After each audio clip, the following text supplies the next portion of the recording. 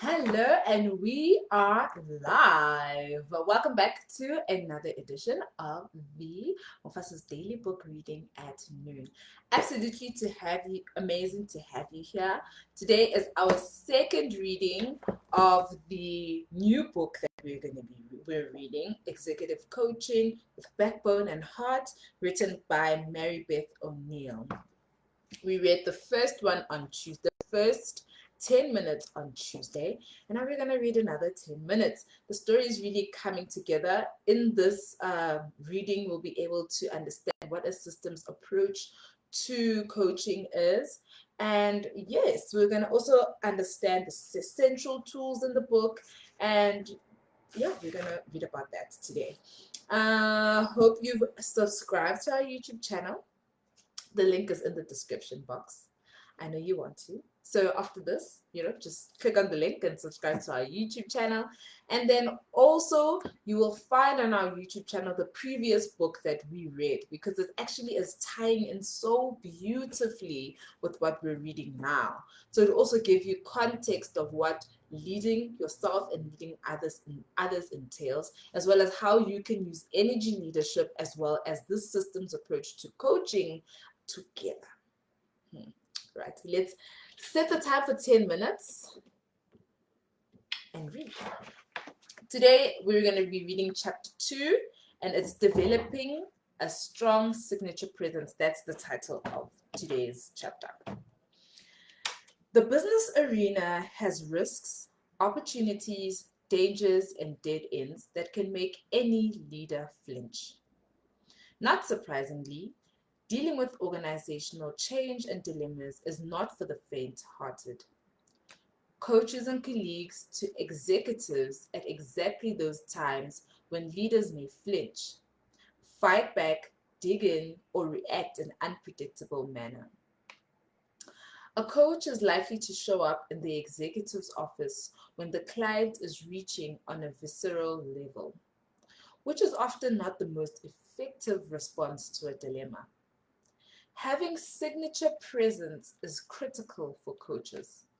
A coach must bring her own presence to be in order to be a contributing partner with her clients.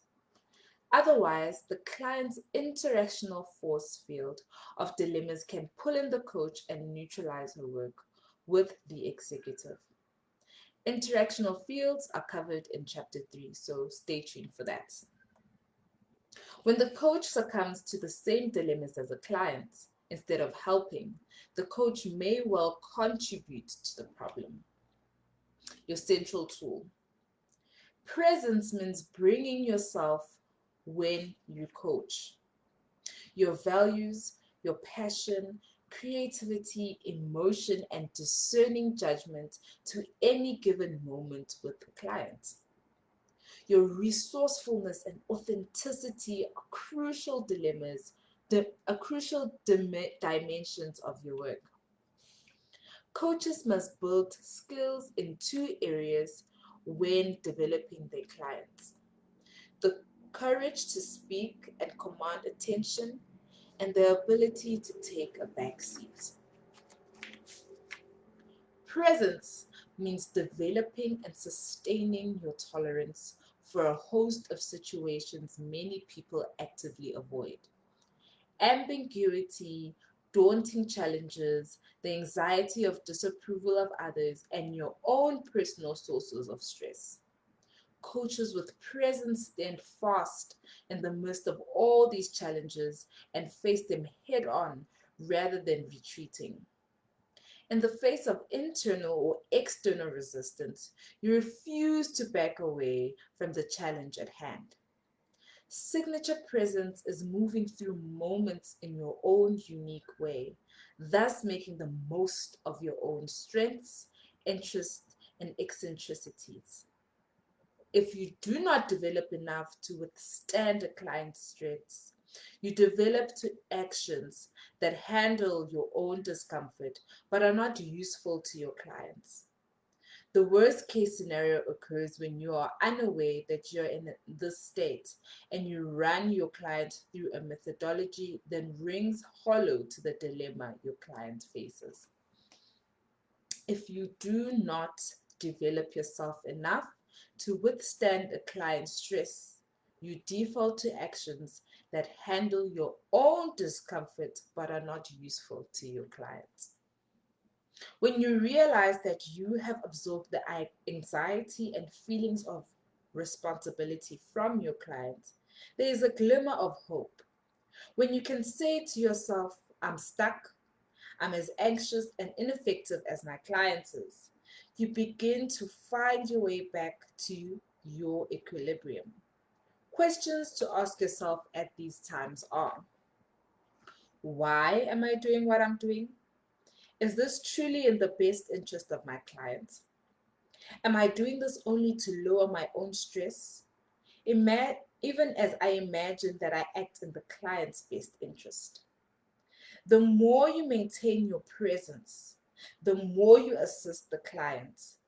You can clearly get at the core of your client's issues when you both successfully challenge the client and offer genuine support. Presence is easy when you are not anxious and elusive. When you are. The problem is how to regain your presence when you've lost it. And I think it's never truly lost. Just need to tap into it. This is what we learned in energy leadership about potential. So go back to those videos and watch that. Self-differentiation. One of the keys to maintaining presence in anxious moments is the process of self-differentiation.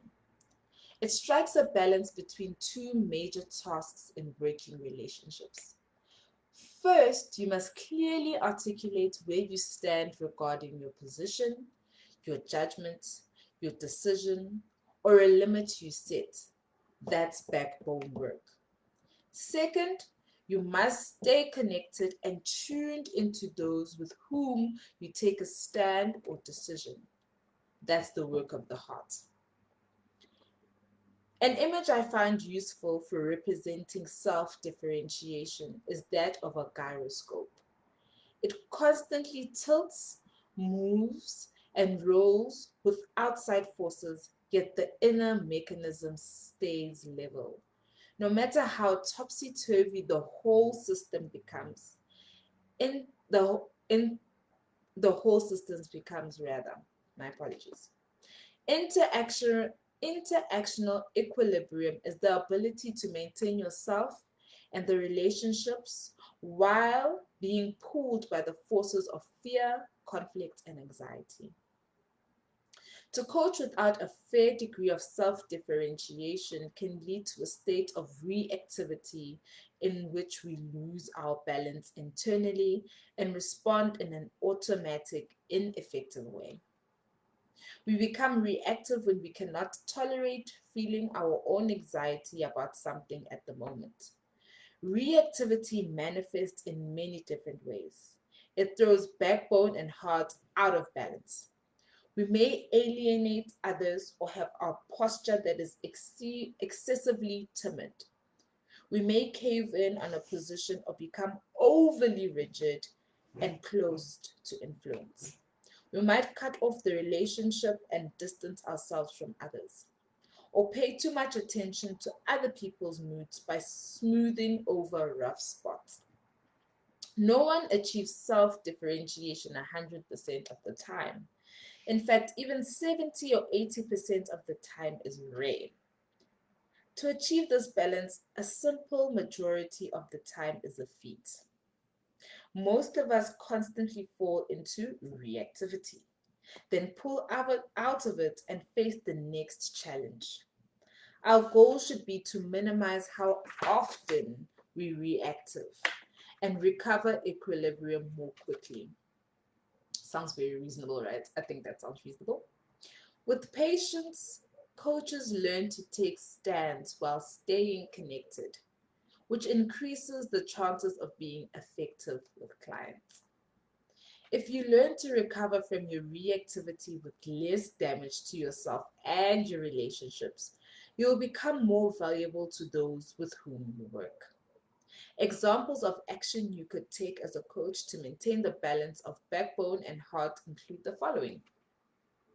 disagree with a specific process the client is using, that's using backbone, and continue to understand and support the client's larger goals, that's heart. Showing how clearly you see a boss's need to develop his direct report, that's heart, and refuse to sell a coaching service to an executive if the potential client is not mobilized to learn, that's backbone. However, offer to help the boss learn how to address his direct reports lack of commitment to higher performance, that's heart. So use both, a bit of both, right?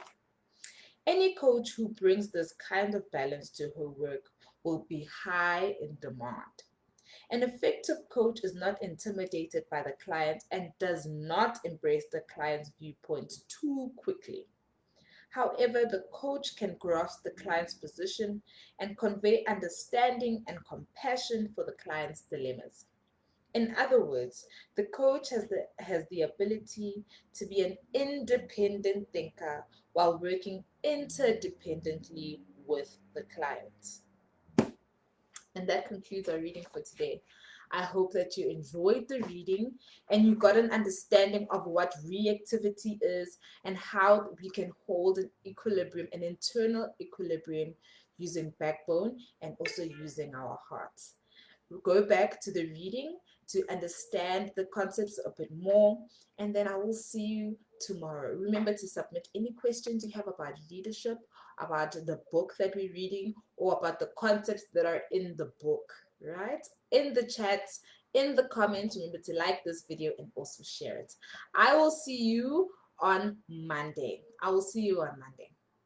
Yes, I will. Enjoy the rest of your day and keep warm. Bye.